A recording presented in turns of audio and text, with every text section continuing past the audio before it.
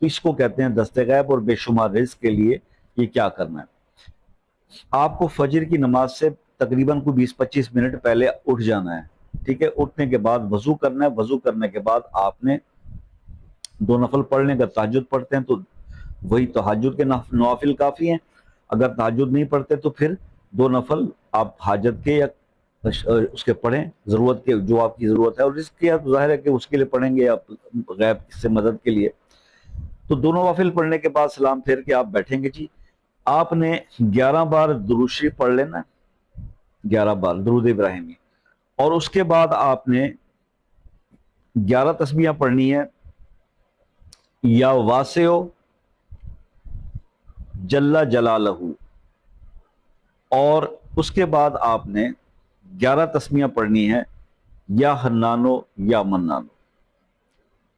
اور پھر 11 بار درود شریف